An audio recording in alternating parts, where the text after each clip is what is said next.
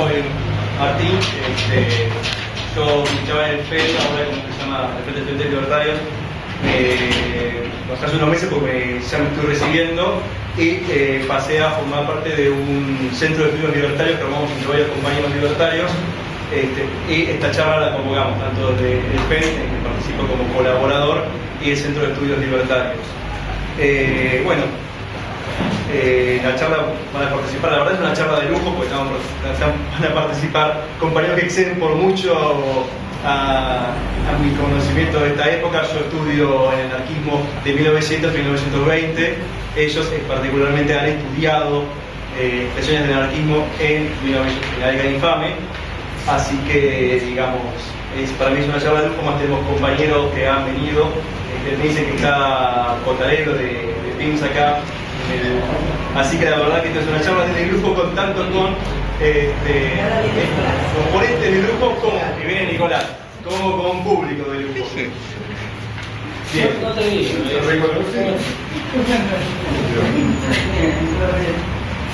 Bueno, voy a ponerme a hablar. En un momento que estoy hablando voy a hablar un poco de quiénes son, pero bueno, los presento ya para que se conozcan sus caras.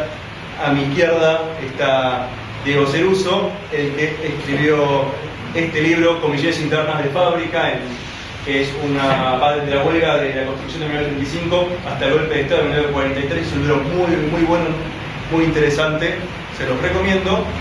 Y a mi ultra izquierda está Fernando López Trujillo, que escribió varios libros, el que corresponde para esta charla, digamos, en Vidas en Rojo y Negro, pero también escribió sobre resistencia libertaria, un grupo en el que él participó en los 70.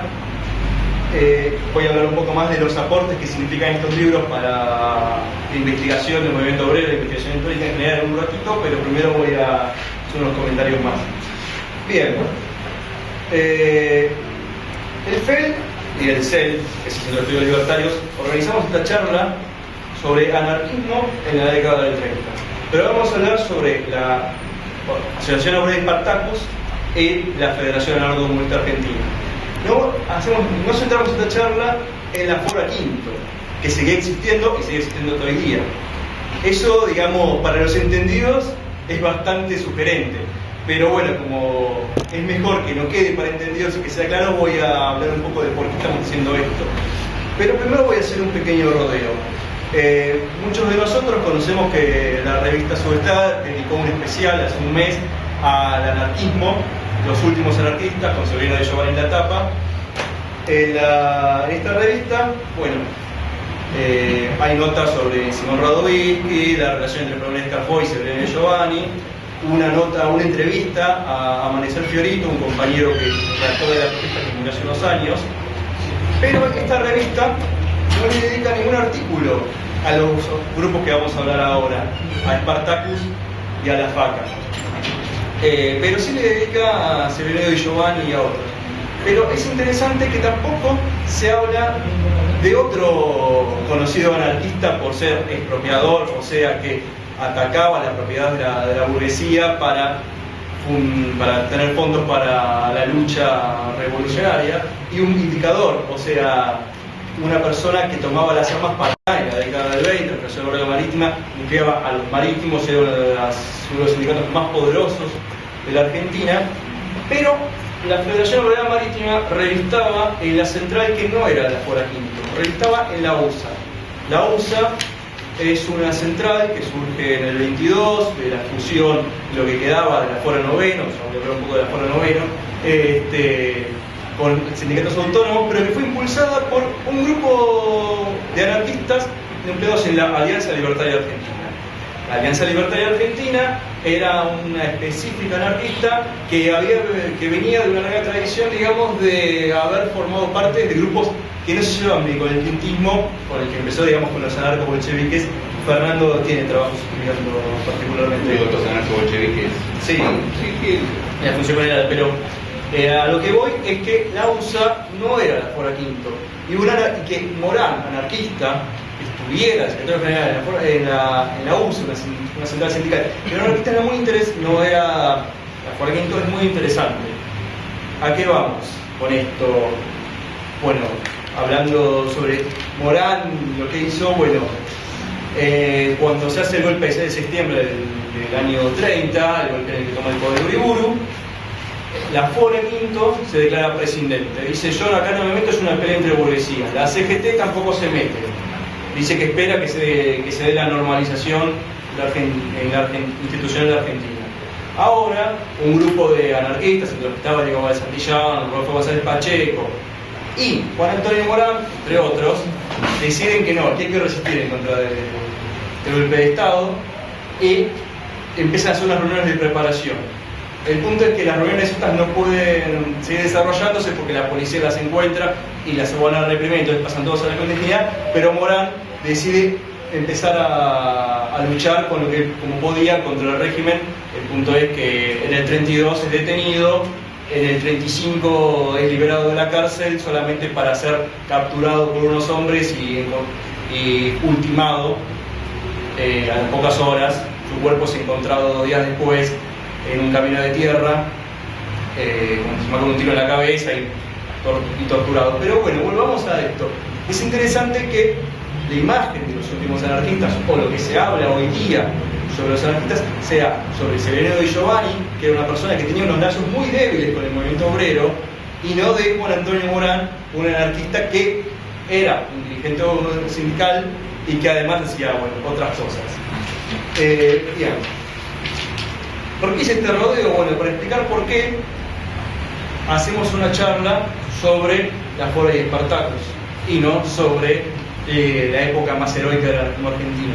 Claramente porque nosotros queremos recordar a estas heterodoxias. Estábamos viendo una discusión antes sobre si se podía hablar de una heterodoxia porque el anarquismo reconstruye ortodoxia. Yo soy de la idea de que sí, que hay una ortodoxia en el anarquismo argentino, que es el quintismo. Y bueno, estábamos discutiendo eso, y para mí es interesante recordar estas experiencias que no son el quintismo, sobre todo porque hoy día la FORE Quinto sigue existiendo y sigue existiendo una idea de cómo tiene que ser el anarquista. Hay una imagen del deber ser anarquista que nos pesa a muchos militares anarquistas hoy día y nos pesa en nuestra militancia diaria. ¿En qué sentido?